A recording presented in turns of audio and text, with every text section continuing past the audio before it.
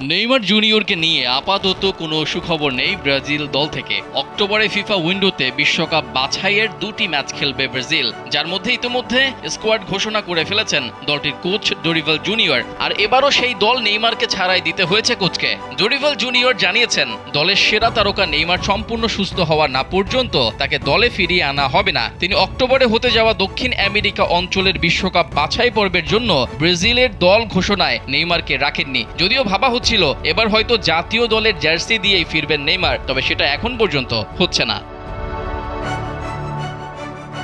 2023 সালের অক্টোবরে হাঁটুর গুরুতর ইনজুরির পর থেকেই নেইমার মাঠের বাইরে রয়েছেন। আগামী বিশ্বকাপ বাছাই পর্বে চিলি ও পেরুর বিপক্ষে ম্যাচেও তাকে দেখা যাবে না। স্যান্ডেলিনা সো, রূপচর্চায় আভিজাত্য। কোচ ডোরিভাল বলেন, নেইমারের ফেরা 2025 সাল পর্যন্ত বিলম্বিত হতে পারে, তবে তিনি এবং ব্রাজিল ফুটবল কনফেডারেশন অর্থাৎ সিবিএফ অপেক্ষা করতে প্রস্তুত নেইমার সম্পূর্ণ ফিট না হওয়ার আগ পর্যন্ত।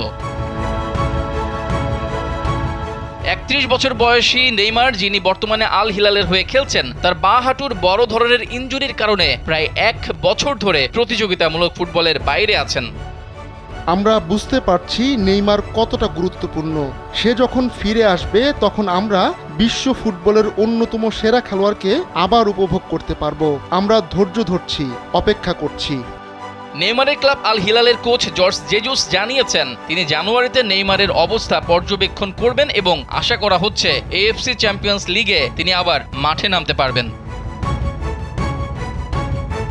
এদিকে সিবিএফ নেইমারের পুনর্বাসন প্রক্রিয়া নিবিড়ভাবে পর্যবেক্ষণ করছে। সিবিএফ এর পুরুষদের জাতীয় দলের সাধারণ সমন্বয়ক রদ্রিগো কায়েতানো জানান, নেইমারের সুস্থতা যথাযথভাবে মূল্যায়ন করা হচ্ছে। নেইমারের ক্ষেত্রে তার ইনজুরি ও তার অসাধারণ প্রতিভার জন্য বিশেষভাবে গুরুত্ব দেওয়া হচ্ছে। তার পুনরুদ্ধারের গতি ভালো, তবে তাকে নিয়ে এখনই কোনো সময়সীমা নিয়ে মন্তব্য করা যাচ্ছে না। ক্লাবের সিদ্ধান্ত অনুযায়ী তার মাঠে ফেরার বিষয়টি নির্ভর করবে অক্টোবর কিংবা নভেম্বরের মধ্যে। নেইমার পুনর্বাসনের চূড়ান্ত পর্যায়ে পর্যবেক্ষণের পরিকল্পনা করা হচ্ছে।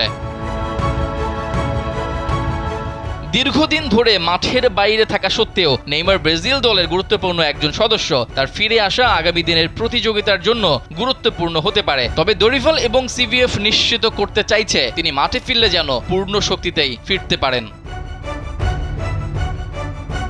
রেজাউল করিম, কালবেলা।